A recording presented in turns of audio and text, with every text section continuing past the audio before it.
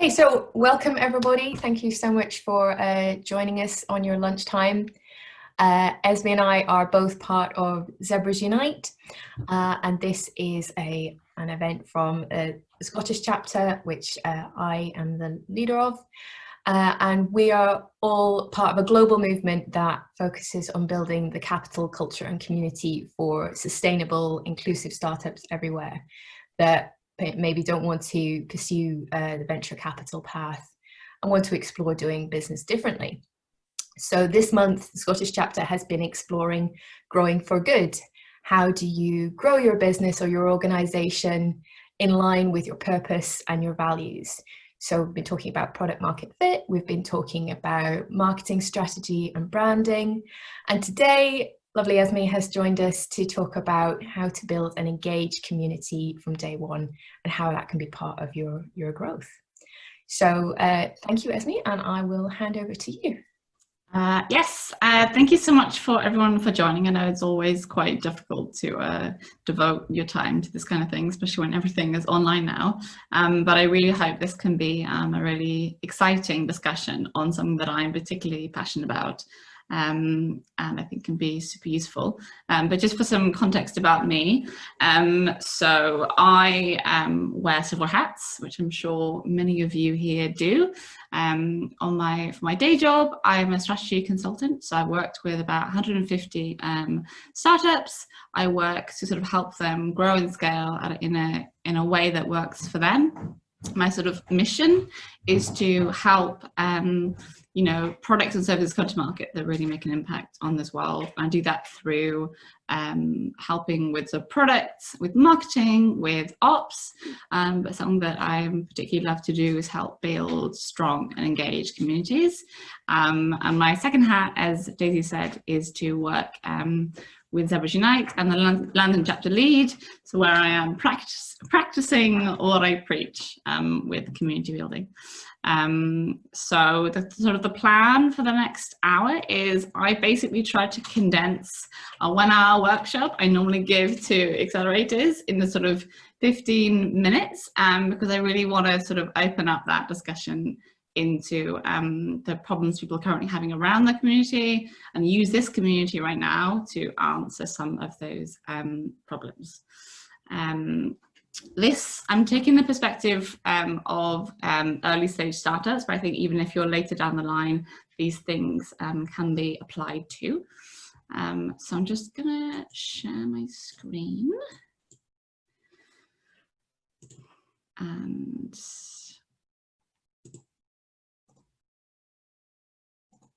is that share? Oh, no. Gotta press share. No.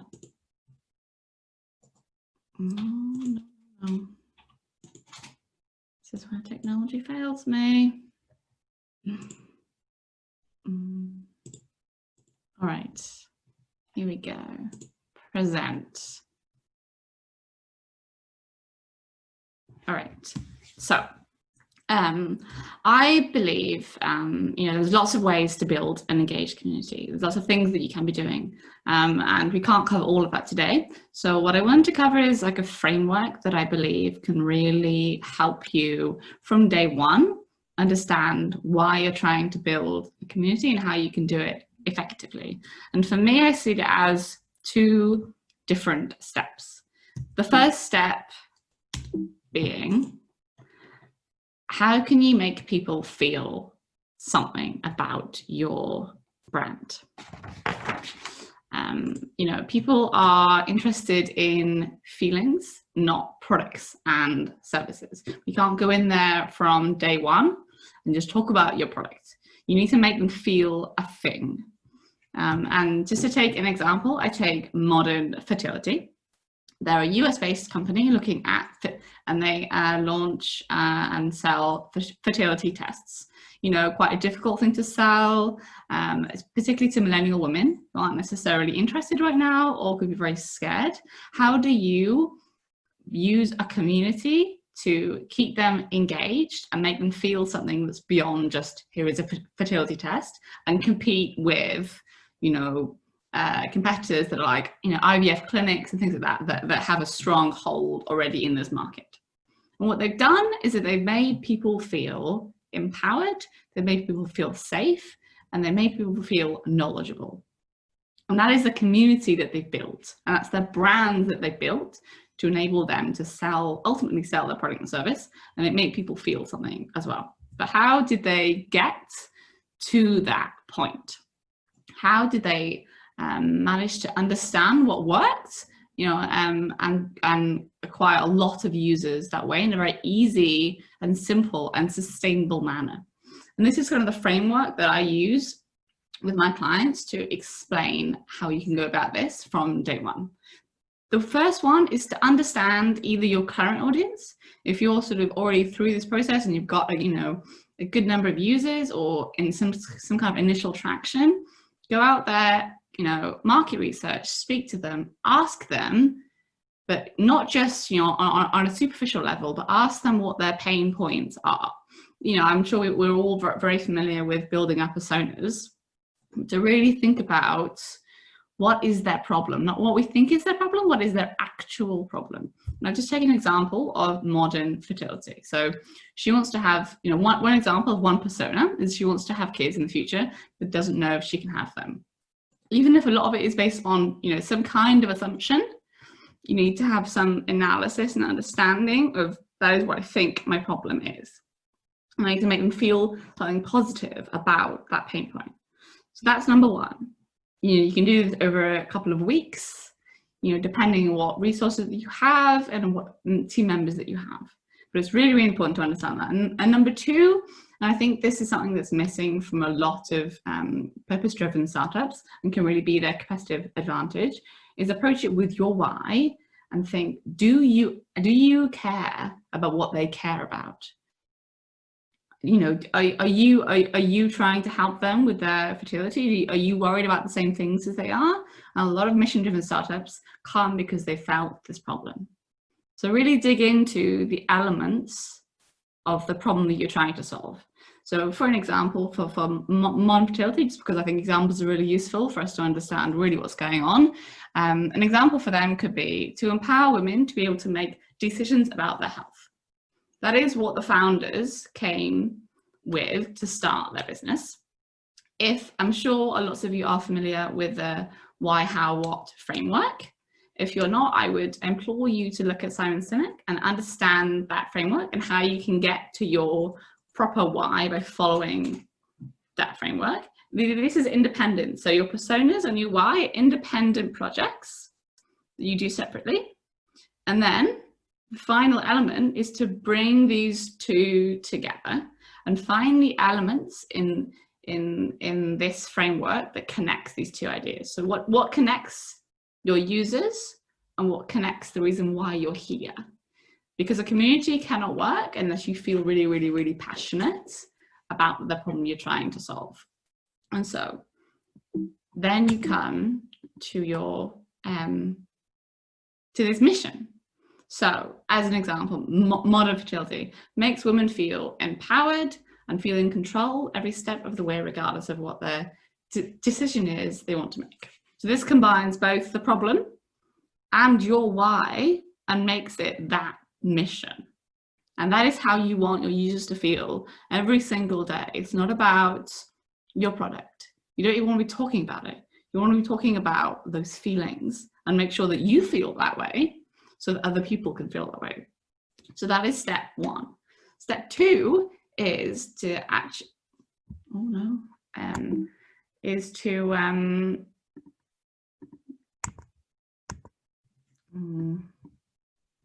sorry, I don't know how to get out of, here we go. Let me just admit these people. There we go. Here we go. So this is step one. Step two is to, and this is what really makes this, is successful, is to find your superpower in terms of translating this feeling into content. So whether that is through words, whether that is through, launching a podcast, a newsletter, a Slack channel, a Facebook group. What is your superpower? Is it social media? Is it words? Whatever it is, You got to work out how you as an individual, as a founder for the time being, it has to come from the founder, how you can translate that into content. And ultimately, good content drives everything. Content is the way that you become valuable, and it becomes a valuable channel for building your community. This is absolutely key, and only you as an individual can work out which element of that is going to work for you.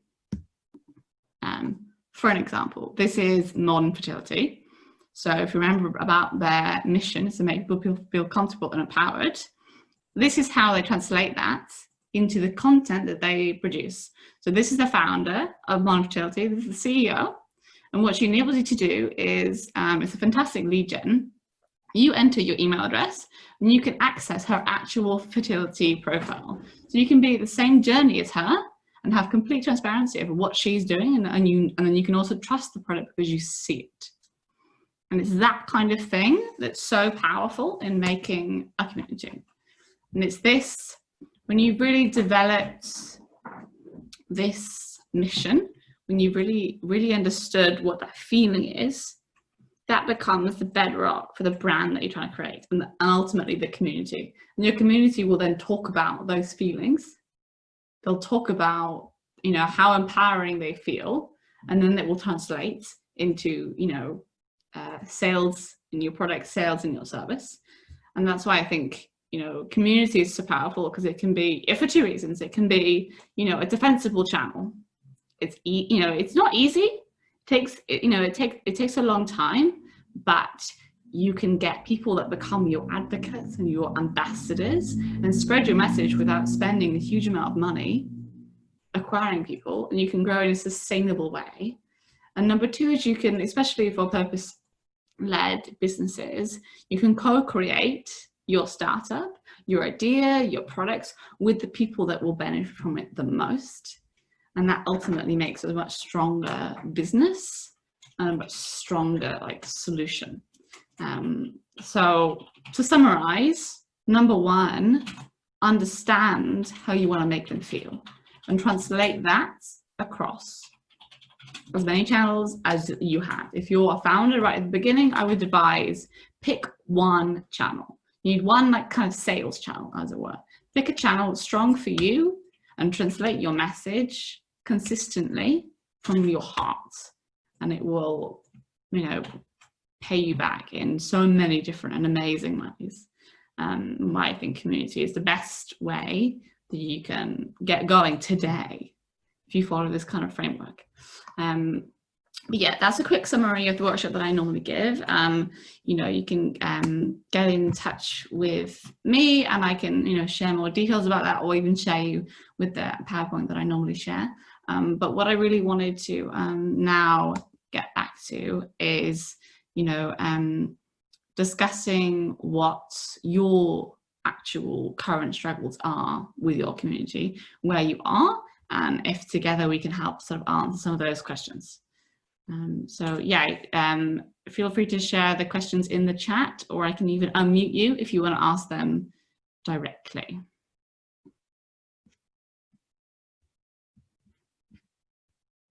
If anybody has any questions?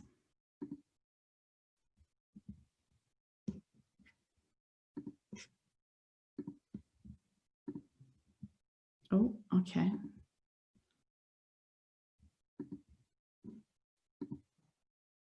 Hello, can you hear me? Hi, thanks very much for that, Esme. That was really informative. So yeah, Jack and Thane and I are, we work for Edinburgh Innovations, which is the University of Edinburgh's, we work for the Student Enterprise Service. And so we are looking to build really, we had like a physical student enterprise hub that was the place where our community came together. And that was really, really an amazing space for us. But we, of course now we're, we might have access to that space starting when the students come back next semester, but it's all not really going to be the same, is it? You won't really be able to just meet people. So I think a challenge we're facing, and a challenge that I know others who have been speaking to recently about building a community are facing is how do you recreate that vibe of like just sort of being able to run into someone and like an opportunity coming out of almost seemingly thin air, because when you just have a great space where you get people together and you get a whole bunch of like-minded folk together, it just sort of happens organically. And we're not sure, yes, as Daisy says, serendipity is a bit difficult to recreate. And so, do you have any advice on, we're really sort of, the students come back in a couple weeks and we're trying to launch on the right foot within our community. There's a huge focus at the University of Edinburgh on social entrepreneurship and on tech for good and female and BAME entrepreneurial support and stuff like that. We're really trying to be part of that and to push that forward and to create these spaces where people can these spaces where people can sort of run into each other. Yeah. Do you have any advice on how to recreate that sort of environment? I mean, it's obviously super hard, and as you say, it can never be the same as something face to face. And obviously, you've done a fantastic job in being able to do that, which means that you have an advantage in being able to sort of, if you've got people that are already part of the community and bought into it, it then makes it a huge, much easier to convince some of these people to be like, we can still do this online. I think one that we found quite useful as Zebras Unite is trying to create, much more smaller communities within that large community. So you mentioned a few themes there. So, hold, an open discussion about a particular concept. And something that we've done at Zebras Unite is have this kind of meet and greet concept, which I think people have really enjoyed, being able to come across people that they now have some shared interests, but they don't know themselves. And so they really enjoy being able to be like, oh, here's a 6-minute conversation with somebody that I don't know, but I know I'm going to have interests with them. So that might be a very nice way, as long as you have people that you have come to kind of share similarity, bring them together and just randomly introduce them, like a sort of, speed dating, but in a more, professional environment. I don't know, what do you think, Daisy? Oh.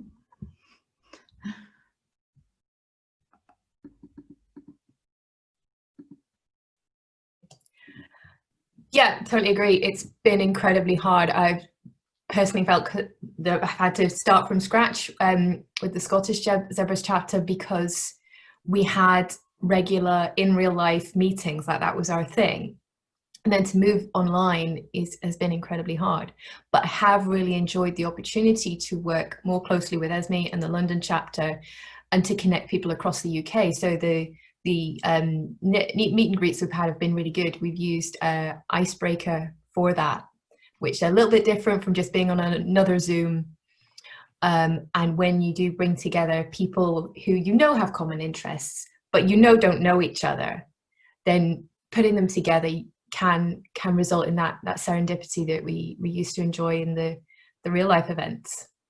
But with another level of knowing that those people would never meet in real life, because one of them's in Edinburgh and one of them's in London. So yeah, and I guess that can work in a smaller scale across the university, because in the entrepreneurship hub, you'll have people from chemistry and people from English and people from business studies who might not otherwise get to meet. But if you can bring them together around a shared interest that they have outside their degree, then if that's entrepreneurship, if it's tech for good, if it's social entrepreneurship, they will have something to talk about, and that you might, just connect, your next two star founders. Oh, Lucy has thoughts. Hi, Bobby. I'm here jumping in as well because I had a random idea. The advantage that you have in your situation is that you're trying to translate an existing community online. And so I was just thinking, probably you have already identified who are the people that are a bit like the ambassadors and the kind of like connectors. And I think the one good leverage that you have here is like ask them what recommendations they have and how you can empower them, and like genuinely asking them for help. What are the kind of formats or the kind of tools that people would be more keen to use because then you have already them, and I think people in general like enjoy feeling useful, especially in times, and therefore they will probably be more than happy to help. And then you're sure that they can be the first people like on whichever event you organize online, or whichever, I don't know if you use a Slack group or even just an email chain, but have already a bit of minimum engagement from your community.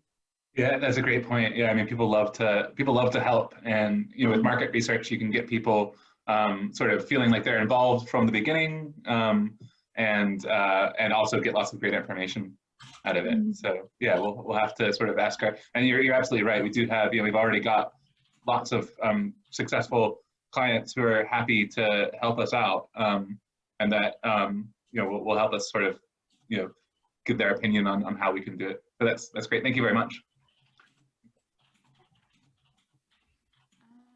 We have a question from Hebe on how do you advise balancing time. I think you missed a question from Annika there. Oh, sorry. How do you get people talking on social media platforms?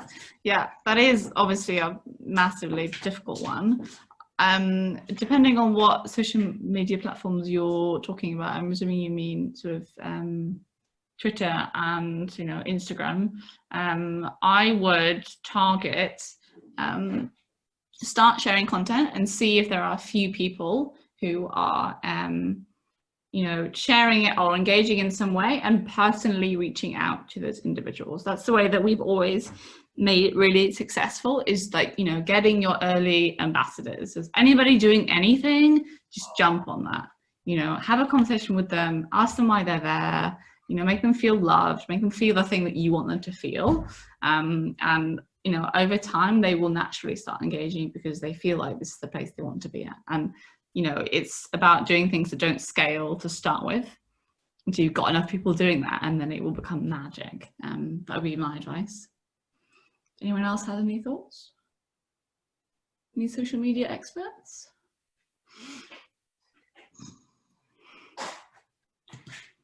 No? All right.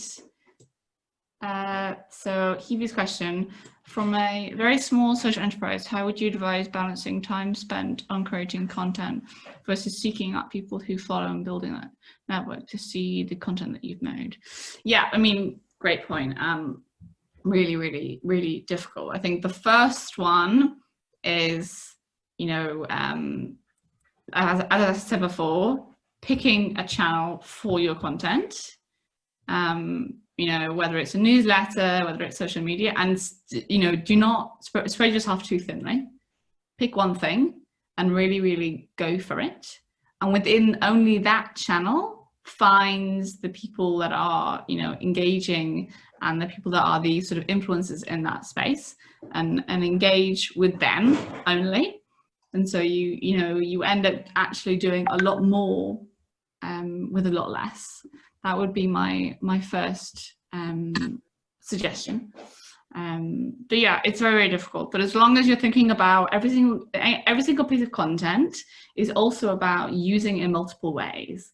So, if you're writing a newsletter, cut that up and use it in different ways. So can you do, a snippet on something else? Can you, like, I don't know, you picked a topic, do a full blog on that full topic, and then do separate blogs on each snippet, and make it really, quick and easy to read. So just do multiple things with the one thing that you've created, and it makes it a lot more efficient than just trying to create a lot of content with no real purpose. Would be my advice.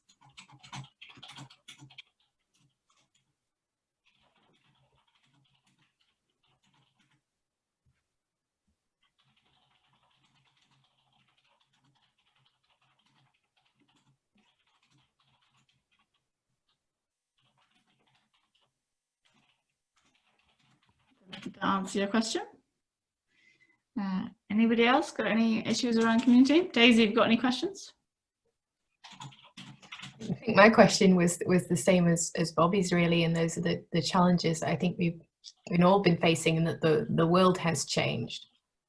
We're all online now, and I guess the challenge I think is going to come is, how do we preserve the best things that we have out of being all online when we start to go back out into the world? How will we combine real life physical communities with the best things of online communities, rather than, you know, keeping the worst of both? How do we keep the best of both? It's a very difficult thing, and I think we're all meeting that place where it's like that transition when there's some in-person things. But I think, you know, to Lucy's point, it's like, ask your community what they want and what elements that they've enjoyed out of the online bit, and it can be really surprising. You know, like the benefit that we've had is Zebras Unite is that people in Scotland and in London can interact, and that's also something that we would have known people even wanted before this whole thing has enabled us to, you know, make some really cool events. So, you know, we might have an in-person event next month, but the plan is to keep these online meet and greets because people find them valuable, and I think the trend will be that people will still continue doing online things because you can access so much more, and it is actually just a bit easier. Yeah. And so I think it's really important and be like, what do people actually want, and you know, meet those demands, not the things that we think people want. Yeah, I think the inclusion part of it is something that I have really enjoyed. Like, I can now go to evening events while my daughter is in bed, which I couldn't do before because they were all in the city and after nursery and bedtime. So, and we can also engage with people beyond our 2 chapters as well, like people across the UK who wouldn't physically be with us. So I think definitely it's that inclusion part that I want to keep out of what we've been doing for the past few months. Yeah, I think it's maybe about changing, you know, your mind, not your mindset, but just people's mindsets in general. You know, it's not, you know, obviously it's been difficult, but the amount of learnings that we've had about translating our communities to online is huge. Yeah. And there's been so many massively positive things that our community has benefited from it. And, you know, hopefully our communities will be different and they'll change and they'll evolve, even with in person. And it's about being like, this isn't, you know, negative. There can be massively positive things. You just got to really pinpoint, know what they are and how this time has made people feel and what they want from it next. Yeah. I think Naomi has a question. Well, are there any particular frameworks or models for community building that you found useful? What are some brilliant examples of community building that we could look to for inspiration?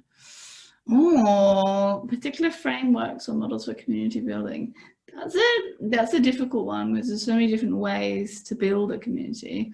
I would say that inspirations would be, there's a really, I don't know if anyone has heard of Midnight Runners. That they are I'm sure Sarah has, because they came out of New Entrepreneurs Foundation. But they began as a community of people that basically they were mainly founders, mainly entrepreneurs, and they basically just wanted to run together. And that was it. And they just started running together. And they didn't really start as anything else. It just made people feel good that they could run. And they realized actually after that, people also wanted to, you know, connect with other people, and as sort of a forcing mechanism to make you exercise. And it's become a massive community based on, you know, just a very simple concept. And what they did very early on is that they got ambassadors. They found passionate members who were already in the community, already actively doing more than, you know, maybe the average participant, and just made them feel really, really, really special. I met somebody who was one of the ambassadors, and they were not paid. They were not, you know, there was no sort of monetary, you know, incentive for getting them involved, but she gave up, you know, every Tuesday evening consistently for 2 years. She went and organized this event and they had, you know, thousands of people turning up wanting to run together, and she just absolutely loved it. And I spoke to the founder, he was just like, it's because we made them the center of it, not the founders. And I think it's a mistake that lots of founders make. It's like, make the ambassadors the people who are most important, and they will tell you what they want, and they will tell you what everyone else wants, and to listen to them. And so, you know, perhaps a good framework is this sort of ambassador framework, and it's not something that you can really start later on. It's something that's really crucial near the beginning, and to understand what these people will want. You know, it actually shouldn't be monetary. It should be something else, a part of the community that keeps them involved, and, you know, it will grow exponentially from there. So yeah, Midnight Runners is a really cool example, and I would look at frameworks around investor programs. But, you know, the real important thing is to have those initial relationships with those 4 or 5 people, and put everything you can into them, and make them feel like you feel about your own business.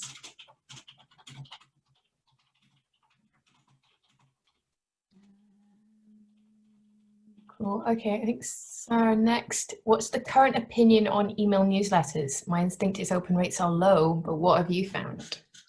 Oh, yeah, that is an interesting. I've actually found the opposite with my clients, just because I think we've really focused on, you know, obviously the issue is that there's loads and loads of newsletters and everyone's online looking at all the things. But I think, you know, the advantage of these very small engaged communities is to be able to target them with very specific content. And we haven't been looking at trying to grow our newsletters. We haven't been looking in terms of an acquisition channel. So perhaps that would be slightly different. And that's not been a target for us at this point. It's simply been about making sure that we're using that as a channel to engage the people that already exist. And actually people are really looking for really interesting, valuable content, because there's so much like drivel out there. And there's so much stuff that's not valuable. And if you can really make that super valuable, it can keep people engaged enough waiting for you to, you know, have that in-person event, or have that whatever you're doing that's perhaps more in person. So yeah, we've still found them very valuable, but I know that I always use it as an engagement tool rather than an acquisition tool, because I think that is the first step, at least, in making sure that it's valuable before you try and get them to share it. But yeah, that's been my experience over this period anyway. Okay. Anyone else got opinions about newsletters? You like them, you don't like them?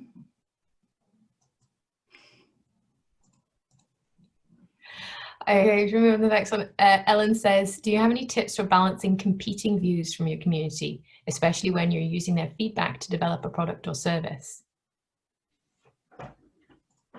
Yeah, that is a really, really good point. And I think why the personas are so valuable. You know, obviously the issue is that you get a lot of feedback, and some of it becomes, you know, is not helpful because they don't fit your personas. So go back to who you're trying to help with your product and service, and have, you know, a maximum 2 or 3 people, and make sure that the feedback that you're getting from them, that is feedback that you're really taking on board. And if it's conflicting, then perhaps you need to go back and look at your personas and understand it. I also think another angle for getting some really interesting feedback is talking to people that should be getting your product, should be enjoying your product, but aren't, who fit your personas but aren't using your product and service. I think a mistake people use, they just go for the people that are already using it. Go also for people who aren't, and find out why. And that's also really useful. That's it. Okay. Well, we're getting opinions on newsletters now. Maybe we can go back to that in a bit. But Jack says there are a ton of social media and communication platforms out there, from Slack to Facebook groups to WhatsApp chats. Just wondering if you have any experience with the different platforms out there that support community building, and which platforms seem to be the most effective today. Any interesting stories? Oh yeah, that is an interesting one. You know, obviously the first one is very much depends on who you're trying to engage with. You know, a LinkedIn group only helps if your personas are going to be, you know, living there and existing there, and also talking about the things you want them to be talking about. I mean, you know, they might be young working professionals, but they're not talking about, you know, their private life on LinkedIn. WhatsApp group, I don't know, I'd be interested to hear what people think. The general consensus has been that it's now just, you know, if you go beyond maybe 20 or 30 people, it just becomes like mayhem. And carnage, and people have, yeah, I see people nodding, people just like give up. So I think it's about understanding who the group is, what their interests are, and how big you want this community to be. If you want, you know, 15 people in a WhatsApp group and that's your community, then that's perfect. If you want it to be larger, then, you know, I'd advise, you know, a different channel. You know, Slack is quite, you know, can be a good one, but I think again people have started moving away from Slack because they're in too many channels. You know, there isn't an ideal community channel. You know, we know that as Zebra Unite, we started off on Mighty Networks, and you know, it's just that has its limits too. Ultimately, you know, if you're really a community focused product or business, you'll end up developing your own community platform that is bespoke and ends up, you know, meeting the needs that you need it. But I would say, again, you know, ask people what they want and poll them and be like, where do you have your conversations? If you're on Facebook, perfect. Facebook group is a very easy one to be able to do, easy peasy. But you've got to ask them where they are and go for the majority. That's what I would say. Yeah, Bobby was just asking about Mighty Networks. I think we just found it had its the limitations for us as chapters. It works. I think it works okay as a global network to get people, Zebras from around the world to engage. But for what we were able to do locally, it was a bit harder. Like, can't gather resources or really do events very well. What was your take on Mighty Networks, Esme? Yeah, I think it was very similar. I think it's just difficult to have those, you know, it depends on your community, and if you want them to be having one-on-one interactions, or if it's all about everyone having a conversation together, and it's about answering those questions very early on, because it can be difficult to move. It's not impossible, but it is difficult to move platforms once you've started on one. And it's about giving it a chance to grow. Nothing is going to work at the beginning. And, you know, it's like marketing in general. It's just honestly quite a lot of failure, which is fine, because as long as you approach it from a learning perspective, you'll learn what works and what doesn't work very quickly. But yeah, you just got to you've got to, you know, answer some common sense questions at the beginning. Size of community, who they are, what kind of conversations they want, and then give it your best shot and try it out. And if it doesn't work, ask those questions again to your community. What do people think about Mobilize? I have not heard of it. Is this a new one? No, that's what Ada's list is on, right? Mobilize? I'm not on it. Oh yeah, no, it's quite good. I quite like it. I know Ada's list is on there, but they have it's difficult to, the issue with using platforms that aren't like naturally part of your life is that you have to have emails sent to you to remind yourself that they exist and these conversations are happening, which is the benefit of using Slack or Facebook or WhatsApp groups. People are there anyway. And things are very difficult to convince people to move on to another platform that's only there for that particular moment. And that's the only difficult one. I've never used Telegram, but I've heard fairly good. I know that Zebra Unite Berlin uses Telegram,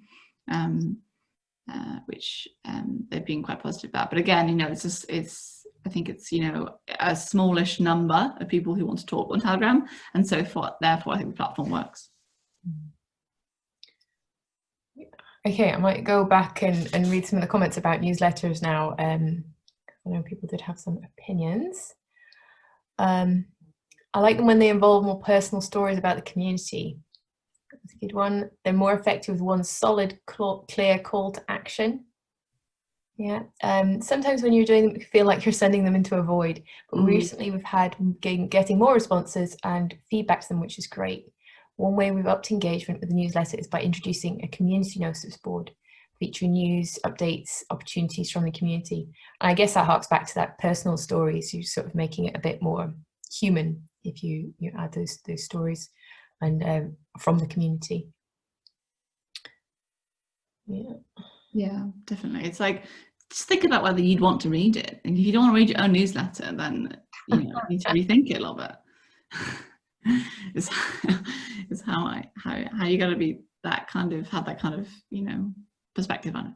Yeah, I think to a certain extent, both of us with Zebras were kind of fulfilling the need that we both had, that we wanted to talk about certain types of companies and find out what support was out there for them and bring that all together. So I think, yeah, solving a personal pain point is a good place to start, because then at least you're interested in the content. Hopefully other people will be too. Yeah. And if you're looking to launch a personal newsletter, it's, and that can obviously, there's lots of different benefits from that in terms of building your own, because your community can just be the network that you're trying to build. But again, it's about thinking about why you want to do it. Is it just for it's fun? It helps you, it's like a forcing mechanism to help you learn. Is it to get a job? Is it to find people in your network? And answer those questions before you go about doing anything else, because that will dictate what's in your newsletter and how you go around promoting it. And I think you can apply that again with the community. Like, what is your intention and your objective for why you're running it?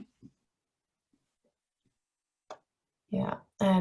So Bobby says, see people going from Slack to Mighty Networks.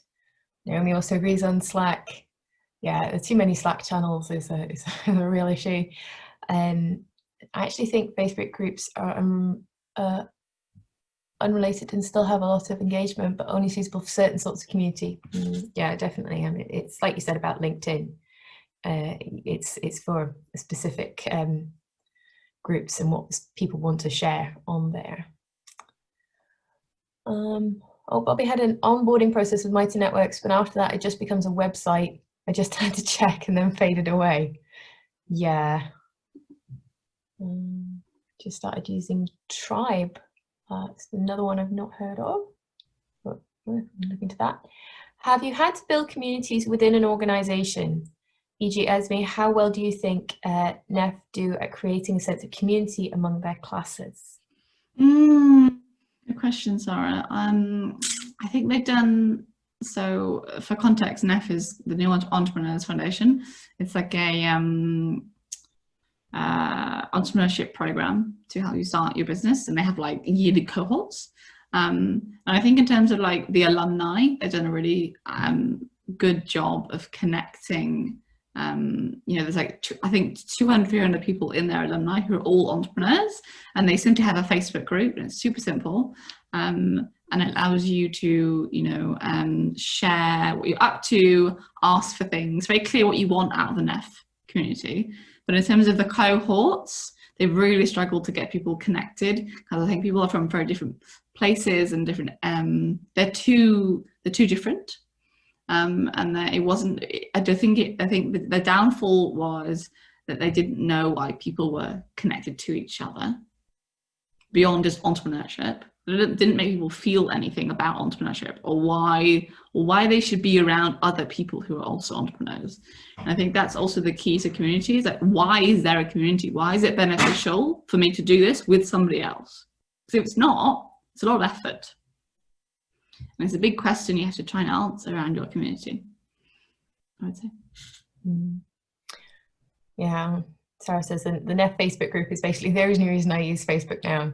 So yeah, clearly still getting a lot of value. Yeah, same. A lot of people say that. Yeah. Okay, any other questions? comment? And also, we can just unmute you. You can just Yeah. ask them. I made you a host, Daisy, because it was overwhelming. Oh yeah. Okay, I'm allowing you all to unmute yourselves. Don't go mad.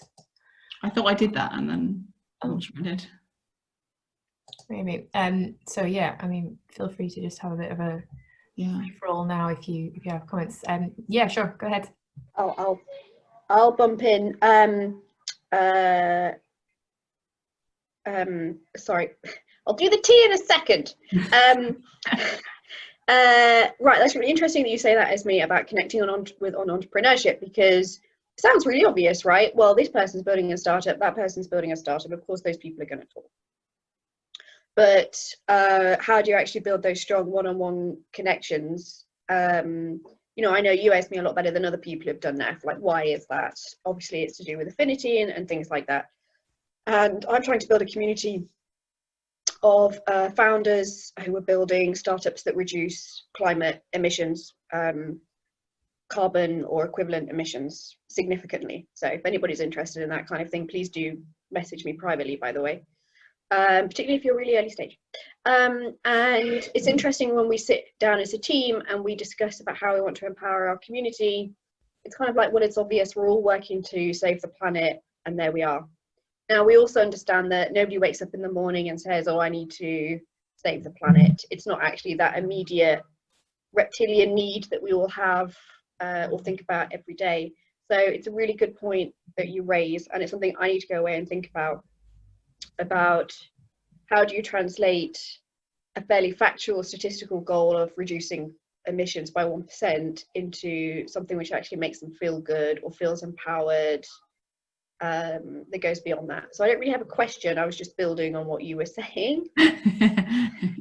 And I think the closest answer I've gotten so far was aspiration, was the sense of aspiration, that people want to see who else has built these startups that these people want to build. And so the biggest value I found so far is like, look at this cool startup, look at that founder, see what they're doing.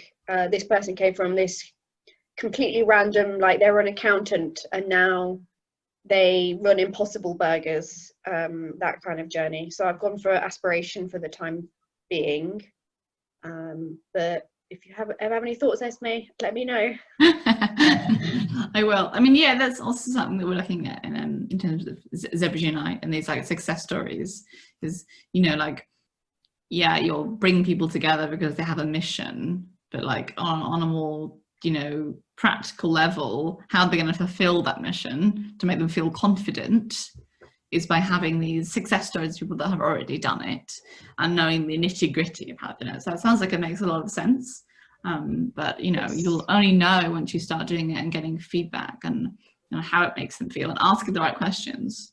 It's a fact of life as well that weirdly, especially in sort of climate change related startups, you have people like who are building social enterprises, sustainable businesses, and are perhaps the business side of things.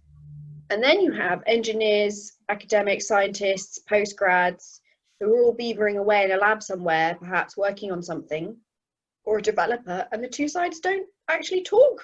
So that's part of what we are trying to do with the community that I'm trying to build, is how do you actually get these two people talking? Because at the moment they speak very different languages, and perhaps one side doesn't actually feel they've got that much to learn from the other, actually, which may we will discover more of.